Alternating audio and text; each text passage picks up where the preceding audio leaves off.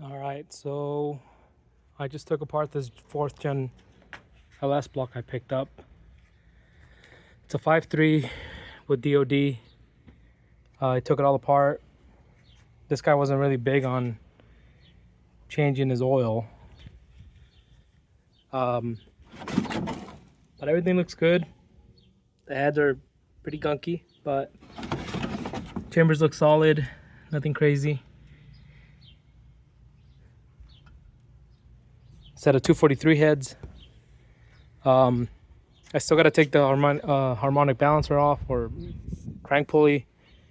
I'm going to see if they already tried taking it off or if it came out once already. I also want to spin it over, but it spun when I brought it, so it should still be spinning. Pistons look really good, or the cylinders look good. You can still see a lot of the cross hatching. None of them have any lips or anything weird. Again, they're definitely dirty. This engine was definitely burning some oil, but from everything I can tell, it's pretty good. Dirty but good. Cam looks good. I checked all the lobes. Nothing was bad. Nothing was scraping. I didn't see any wear marks on anything. All the lifters look good. Even the DOD ones look good. So I'm trying to figure out why they took it out. I think based on the condition of like the oil, I think he might have had low oil pressure just because of how gunky everything is. There's a screen inside of here that I'm going to take out. I'm going to see if that was hand tight. There's a screen inside of there. I'm going to see if I can get it out. That's probably going to be clogged. If you're having an issue with your motor, your 4th gen LS getting low oil pressure, that's one thing to check. Let me pull it out. Like Bill O'Reilly said, fuck it, we'll do it live.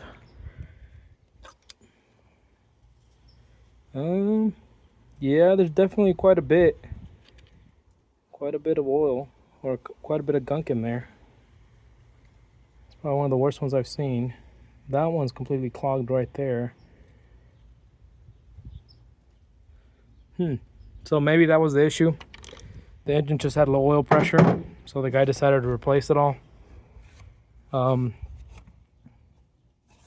from what I can tell, everything looks really good.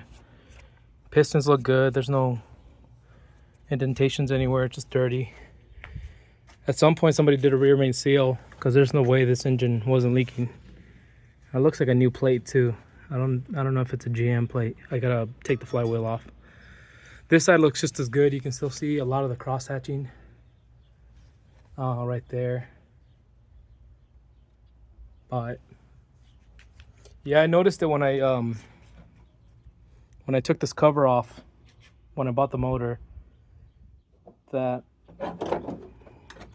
whoever owned this wasn't real big on replacing or changing oil. So I'm gonna take these off just to show you guys.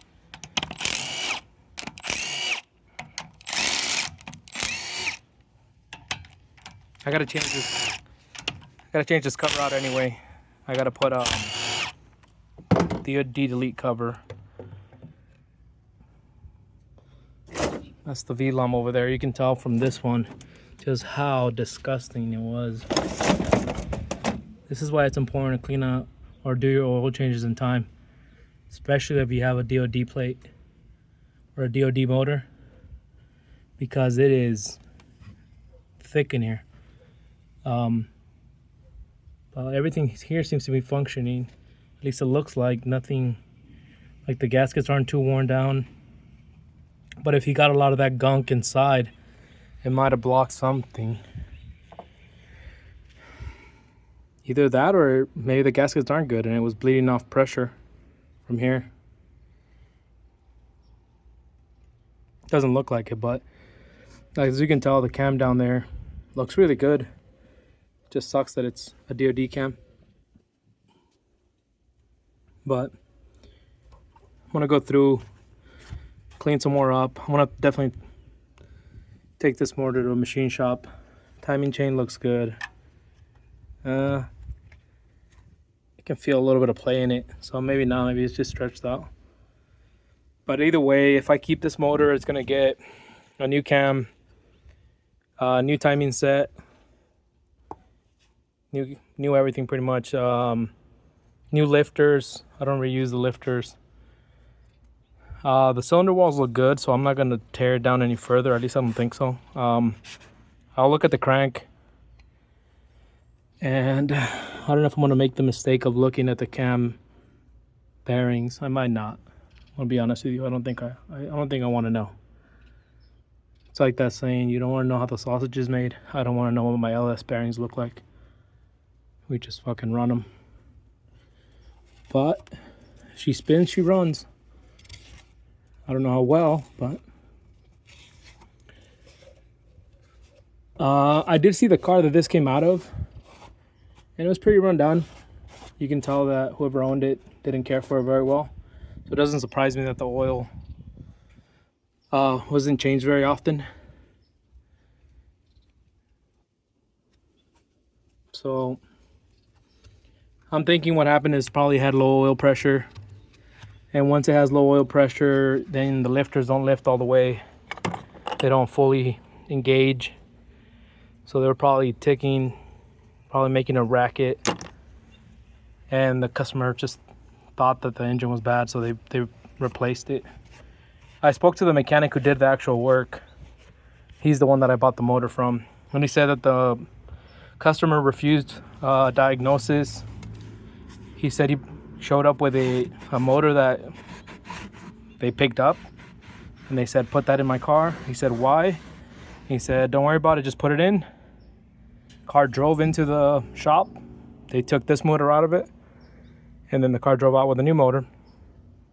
He said that the little bit of time he ran it, you could hear some valve train, but it wasn't any worse than any other, 4th gen motor that he's worked on. So it is what it is. I'll keep tearing it down, and I gotta get it off the car anyway. I don't have my cherry picker here, so I'm gonna strip it down as much as I can, try to make it as light as possible, and then I'm gonna have to muscle it out, maybe into a wheelbarrow or something. But if you guys have any questions or any comments, concerns, just post them, and I'll answer as much as I can. This is not the first 4th gen block that I worked on, but look at the piston. I don't really feel any play in any of the pistons.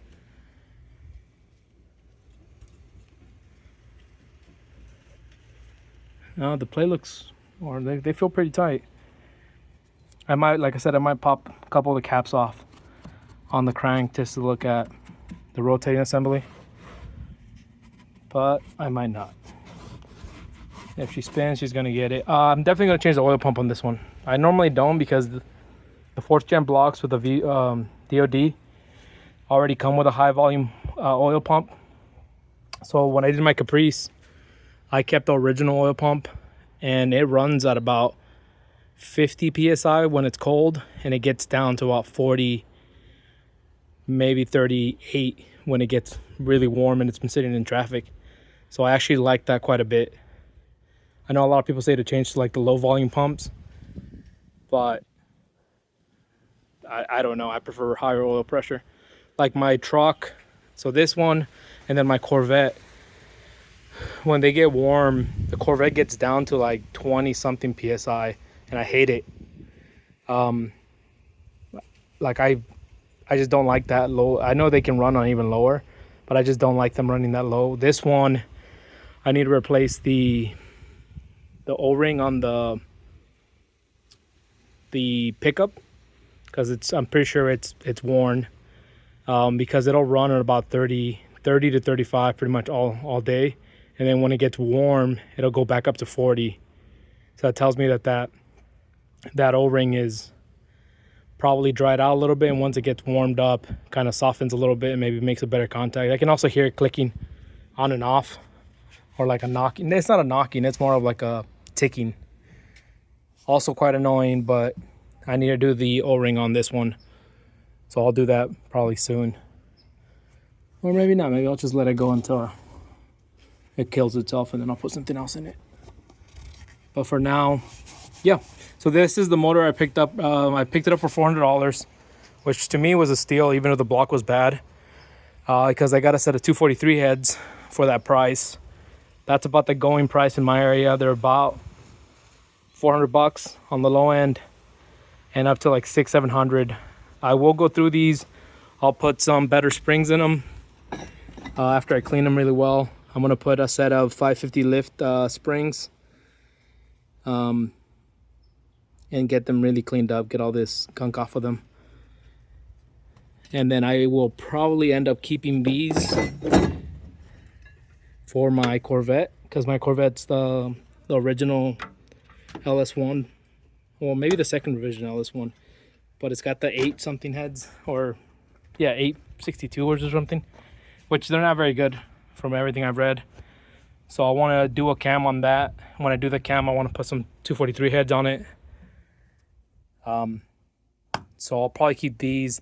I'll sell the 799s that I picked up recently, and I might sell the 799s with this block if somebody wants the combo, but that's when I do the cam. So I'll do the cam, put everything new, slap those 799s on, and then sell it as a short block.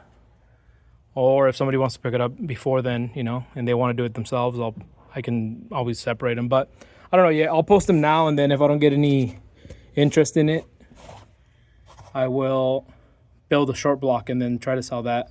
And then if I don't get any interest in that, then I'll keep that short block as a backup for, you know, whatever car. My dad's also got a 4th gen, a Suburban with a 4th gen block in it. So if he ever needs one, I have one ready to go. My sister-in-law also has a 4th gen Silverado, or a 4th gen block in her Silverado. So it's always good to have a backup motor. You never know when you need one. But like I said, post any comments, questions, concerns. If you want to know if you have a 4th gen or a 3rd gen, pretty easy to tell. The 4th gens have the cam sensor up front. The 3rd gens have it in the back. The 4th gens, if you have it open, they have these valleys, or these galleys that go down into the lifters. These are going to get blocked off when I do the delete, and I will get the delete plate as well. I don't like doing just the O-rings. I like doing both. Extra security. And then, of course, they come with the better heads. Most of them do. Most of the 5.3s and 4.8s. They usually come with 799s or 243 heads. They're basically the same from everything I know. So that's how you know you have a 3rd or 4th gen. And then I guess you could look up casting numbers. There's casting numbers somewhere around here you can look up. But, all right, you guys have a good day.